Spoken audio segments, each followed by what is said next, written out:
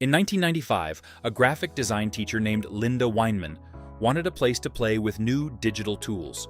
She wanted to explore new digital tools like Photoshop in a creative space for her and her students. She bought a domain name just to use as a digital sandbox for her students to experiment. That sandbox eventually became lynda.com, which she sold to LinkedIn for $1.5 billion. Lynda is the perfect example of what I call the counter-conventional mindsets of entrepreneurs. These are 6 mental habits that fly in the face of everything taught in business schools. If you want to build something world-changing, you have to stop following the best practices of big companies. You have to start breaking the rules and thinking differently about how to build a business. The first mindset is, yes, we can. Traditional strategy says you must stick to your knitting. It tells you to focus only on your core competencies and never stray from what you know. But when a customer asked Arnold Correa if he could broadcast live training to 260 stores via satellite, Arnold said yes immediately, even though he knew absolutely nothing about satellite technology at the time. By saying yes first and figuring it out later, he was able to pivot his business completely. He reinvented his business 4 times over the years and built a massive digital powerhouse. He succeeded because he wasn't afraid to step into the unknown and say yes to a challenge. The second mindset is problem first, not product first logic. Big companies focus on products. They take the blue speckles out of Tide detergent, turn them green, and call it new and improved. That isn't innovation. It's just incremental change. Entrepreneurs solve real problems. Jonathan Thorne noticed that surgical forceps often stuck to human tissue during delicate operations. By focusing on that specific, high-stakes problem for neurosurgeons, he found a unique solution. He created a silver-nickel alloy tool that became a massive success because it actually worked. He didn't just build a better product, he solved a life-or-death problem for doctors and patients. The third mindset is, think narrow, not broad. Big companies want massive markets to move the needle.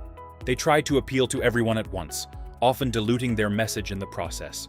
But when Phil Knight and Bill Bowerman started Nike, they didn't try to sell to everyone.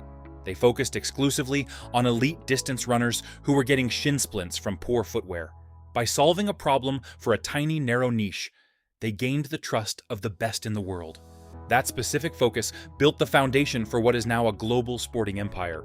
Fourth, ask for the cash and ride the float. You don't need a massive bank loan to start. You don't need to go deep into debt with a bank before you even begin your journey. You need customer cash. When Elon Musk joined Tesla, they used this exact strategy.